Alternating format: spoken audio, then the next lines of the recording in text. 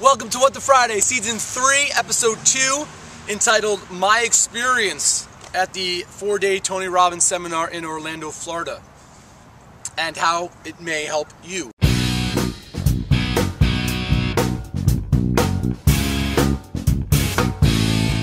So day 2 was interesting because after day 1, everyone's walked on coals and said, first off, like, to be fair, I went down with my buddy thinking like, cool, we're going to, go down to Florida, go out at night, drink, maybe meet some girls, and then the first day kicks in and it goes from like 11 o'clock to 1 in the morning, walking on fire, like being crazy, like jumping up and down like every 20 minutes.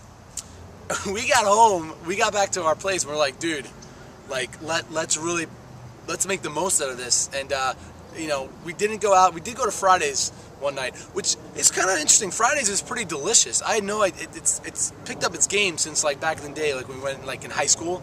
That was like the big thing in high school, like let's go to movies or let's go to Fridays. I digress. Anyway, so day 2, Tony wasn't there for the general public, and I thought it was very interesting. I found out later that he is there. He just, for people that pay, I guess, even more money, that he's helping them, more of like a one-on-one type coaching. However, the interesting thing was that they still played some of his DVDs, and dude, there's no denying he has a huge presence, literally, because he was, on the huge screen. But he was more, the other speakers were awesome, incredible. However, more people were rushing back from the bathroom or whatever when Tony was on DVD, on a recording, than the live people. And I think it's not a question of that the other speakers weren't outstanding, just a question of how incredible Tony is, at doing what he does. And I say that because he's not I don't even put him in like this like a be-all end-all thing. And parts of the seminar was, you could start looking at that.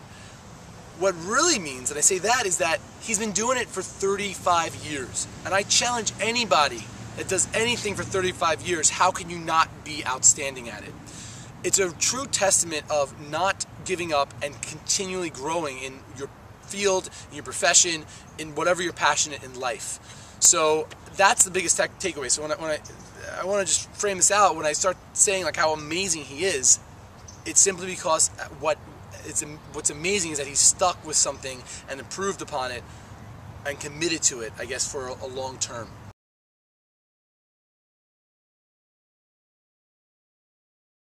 So, day 2 was about associating what we do with how we feel.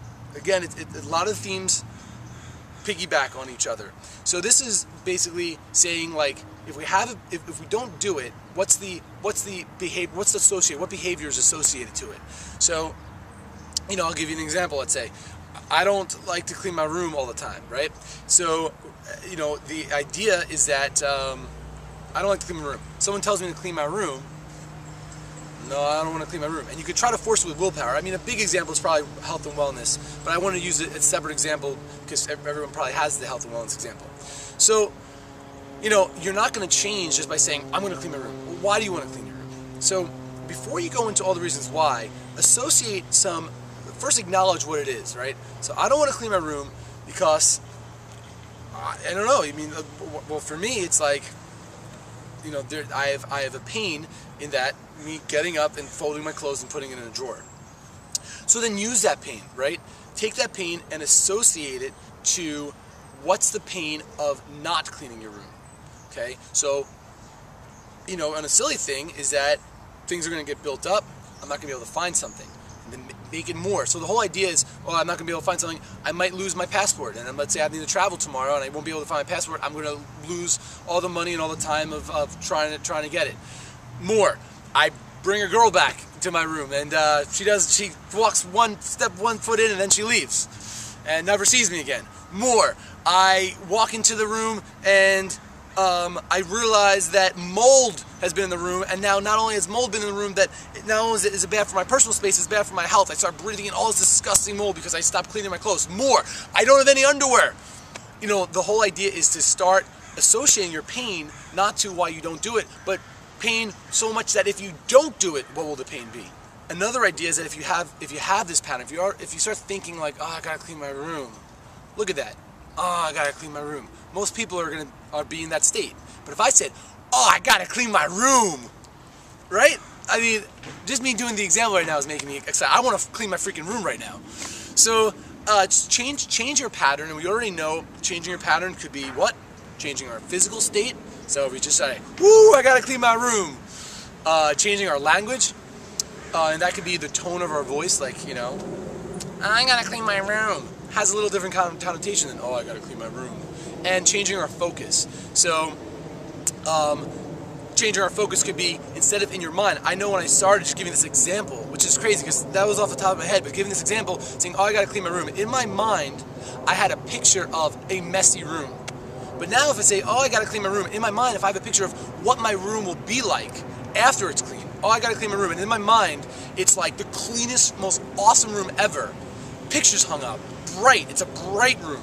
The room is close to me. I'm laying in my room looking about how awesome it is. I visualize everyone hanging out in my room being happy. It's a completely different image of just underwear piled up, smelly, dark, right? So, you know, if we're talking about health and wellness, that season 4 is going to be about health and wellness and giving you tools to kind of enable you to take these actions for health and wellness. And these tools, they're like itty-bitty things, man, that I do, that I use, that aren't like this like 20-page report. It's like, get up and do this, and you're gonna feel great. So, in the meantime though, like, think about it. Oh, I gotta eat more fruits and vegetables. Well, if you associate it to like crappy fruits and vegetables, and maybe when you were a kid, when your mom yelled at you because you didn't eat your fruits and vegetables, I'm not gonna eat some fruits and vegetables. But if you're like, oh, I gotta eat some fruits and vegetables, and you think back to your time when you're in Hawaii, and you just had the freshest pineapple ever, you're probably going to be thinking a little bit, associating your emotions and your behavior a little differently, right? So, once you do that, think of an alternative.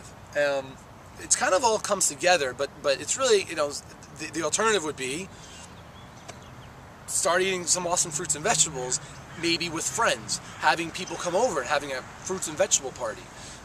So I hope that makes sense. I get really excited about this stuff.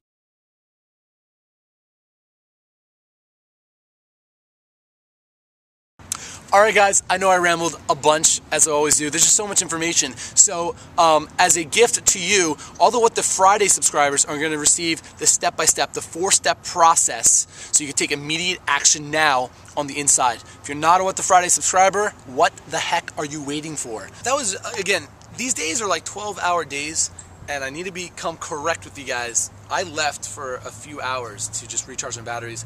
Probably, to be fair, because Tony wasn't there on day 2. Lots of love to the speaker, though. He was amazing.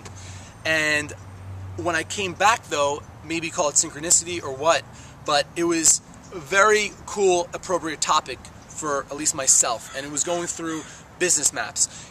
It was interesting. You know, Tony on day 1, he asked how many people here own small businesses or an entrepreneur or a small business owner. And I would say about 65% of the crowd of 3,500 people raised their hands. Now, does that mean full-time business? No. Does it mean maybe, you know, people just taking, like, selling something on Craigslist? Sure, and as it should. You know, and if you want to get into some internet marketing ways to make money online, please check out season 2 of What the Friday.